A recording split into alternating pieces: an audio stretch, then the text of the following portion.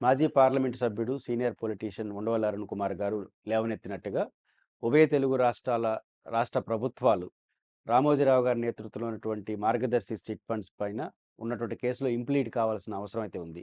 జగన్మోహన్ రెడ్డి గారు ముఖ్యమంత్రిగా ఉన్నప్పుడు ఇంప్లీడ్ అయ్యారు. పిటిషన్ వేయాల్సిన అవసరం ఉంది. అదేవిధంగా ఈరోజు రాష్ట్రంలో తెలుగు రాష్ట్ర రెండిట్లోనూ ప్రభుత్వాలు మారాయి. ఆంధ్రప్రదేశ్లో తెలుగుదేశం అధికారంలోకి వచ్చింది. తెలంగాణలో కాంగ్రెస్ పార్టీ భిన్నమైన రాజకీయ పార్టీలు అధికారంలో ఉన్నాయి. అయినప్పటికి కూడా ఉండవల్లి గారి యొక్క పిటిషన్‌లో లేదా రామోజీరావు గారి మార్గదర్శి కేసులో కేసీఆర్ గారు ఉన్నప్పుడు కూడా ఇంప్లీడ్ పిటిషన్ వేయలేదు. వారు విజ్ఞప్తి చేసినా కూడా వారు వేయలేదు.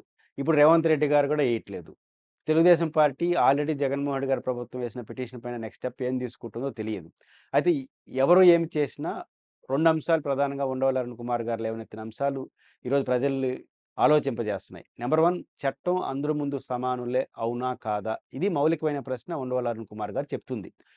వారు కోరుతున్న దాంట్లో ఒక న్యాయమైన అంశం ఏంటంటే, మార్గదర్శి చిట్ ఫండ్ చట్టబద్ధంగా పనిచేయట్లేదు అనేది ఉండవల్లి గారు లేవనెత్తున్న అంశం.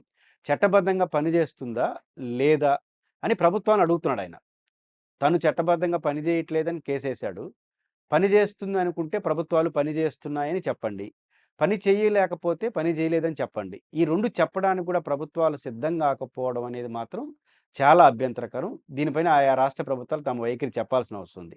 రెండో అంశం ఉండవల్లి అరుణ్ కుమార్ గారు ఒకానొక సందర్భంలో ఒక మౌలికమైన అంశం లేవనెత్తాడు. ఈ దేశంలో as a single individual Ramoji Rao అంత పవర్‌ఫుల్ మెన్ ఎవరు లేరు అన్నాడు. అది రుజువవుతోంది.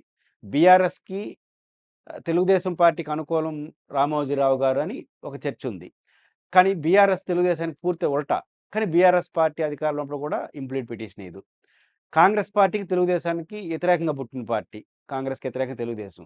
అట్లాంటి తెలుగుదేశం అనుకూలం రామోజీరావు ముద్రున్న అన్నప్పటికీ కాంగ్రెస్ అధికారంలో తెలంగాణ ప్రభుత్వం అసలు ఇంప్లీడ్ పిటిషన్ ఏయదు. అసలు చాలా విచిత్రంగా అనిపిస్తుంది.